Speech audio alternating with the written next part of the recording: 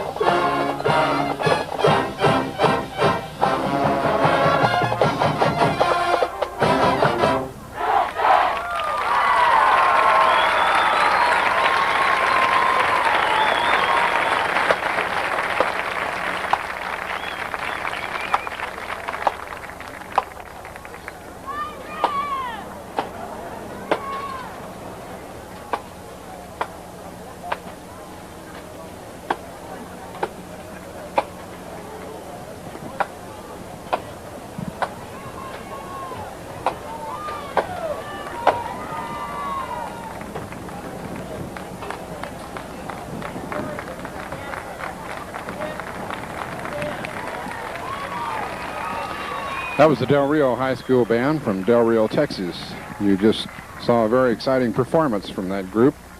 We'll move slightly here out of the way so we can let them get by us. Thought that was a very, very exciting performance.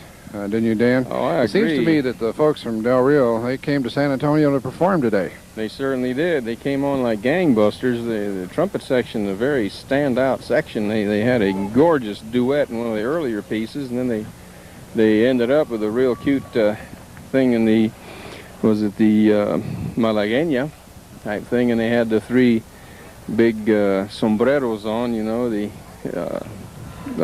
Mexican hat, the typical, and they got out and did a very nice little show with that, and I thought that was commendable.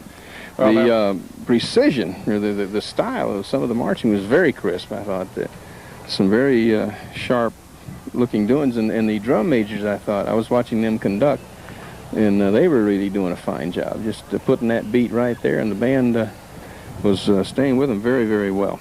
Well, like I said, it seemed to me that they came to San Antonio to really perform today, and I thought it was a very dynamic performance. Some of the things that they did very, very well was some good contrasting dynamics. They played at a very full volume and forceful level and exciting level, and then, of course, they'd turn right around and do something that was just very musical, very soft, and good extreme dynamics. And good dynamic switches in there. It was right. Appealing musically. Another thing I enjoyed in the Malaguena was the trumpet trio. When they finally got together and played, it was very well balanced, and looked like to me they were having a good time. I think that'd be a fun band to be in. I think their performance today demonstrated to me that it was a very high-spirited group. They've got a lot of spirit and pride in what they're doing. Another thing I noticed that I sort of enjoyed, and it was sort of nice to see, because I guess I like sousaphones and I like low sounds. I think it's probably the band had 8 sousaphones marching. Probably one of the biggest sousaphone sections we've seen yet today. I think it was. Good bottom sound. Another thing that they had that I think was outstanding too was their percussion section. They had a good percussion feature, and right. I saw one young man playing the one that blew the whistle on the lemon meringue or whatever the special little thing they were doing on there. He's a very, of course, as you get older, they look younger and younger, but he looked like he had to be in about the 7th or 8th grade.